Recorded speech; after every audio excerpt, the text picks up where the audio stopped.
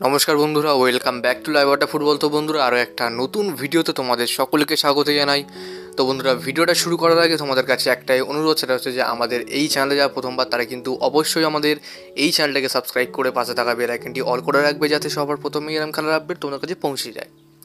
তো বন্ধুরা, আমি দেখছি অনেকে ভিডিও দেখছো কিন্তু সাবস্ক্রাইব করছে না। তো তাদের কাছে একটাই রিকোয়েস্ট, যে যারা ভিডিওটা দেখছো তারা কিন্তু অবশ্যই প্লিজ এই চ্যানেলটাকে সাবস্ক্রাইব করে দাও। তো বন্ধুরা, আজকে ট্রান্সফার আপডেট একটাই নিয়ে কথা বলবো এবং ইন্ডিয়ান টিমকে নিয়ে কিছু কথা বলবো। তো তোমরা ভিডিওটা একটু স্কিপ না করে পুরো দেখতে থাকো। তো বন্ধুরা, সবার প্রথমে আমরা ইন্ডিয়া টিমকে নিয়ে একটু কিছু আলোচনা করি এবং তোমাদের কিছু মতামত থাকলে তোমরা কিন্তু অবশ্যই কিন্তু কমেন্ট বক্সে তোমরা কমেন্ট করবে এবং আমি কিন্তু তোমাদের কমেন্টের রিপ্লাই দেবো, অবশ্যই দেবো।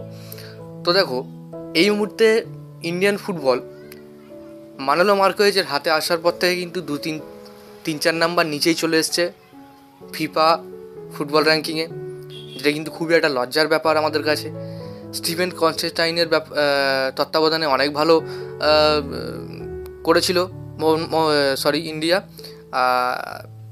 আরও একটা কোচ, বলতে গেলে অনেক কোচের এতে পড়ে ইন্ডিয়া ঠিকঠাক রেজাল্ট করেছে, কিন্তু এই মানলো মার্কোয়েজের পাল্লায় পড়ে ইন্ডিয়া কিন্তু পুরোপুরি একদম দফায় চলে গেছে প্রায়।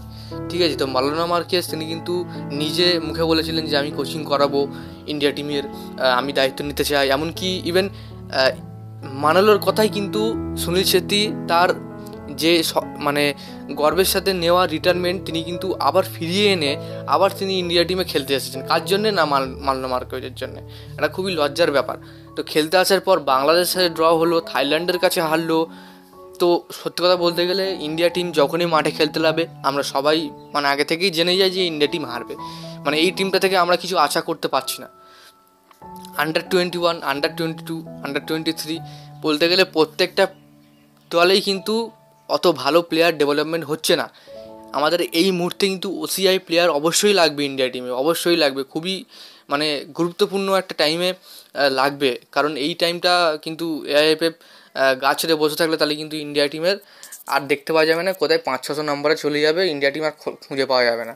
ঠিক আছে, তো এটা কিন্তু খুবই রিকভার করতে হবে এআইএফএফের যত তাড়াতাড়ি তারা পারে। দেখা যাক তারা কত তাড়াতাড়ি রিকভার করতে পারে। এবং ইন্ডিয়ার টিমকে নিয়ে তোমাদের কী প্রশ্ন হয় তোমরা কিন্তু অবশ্যই কমেন্ট বক্সে জানিয়ে দাও। তো বন্ধুরা, এবারে তোমাদের যে আপডেটটা দেবো সেটা কিন্তু মোহনবাগানের ট্রান্সফার আপডেট।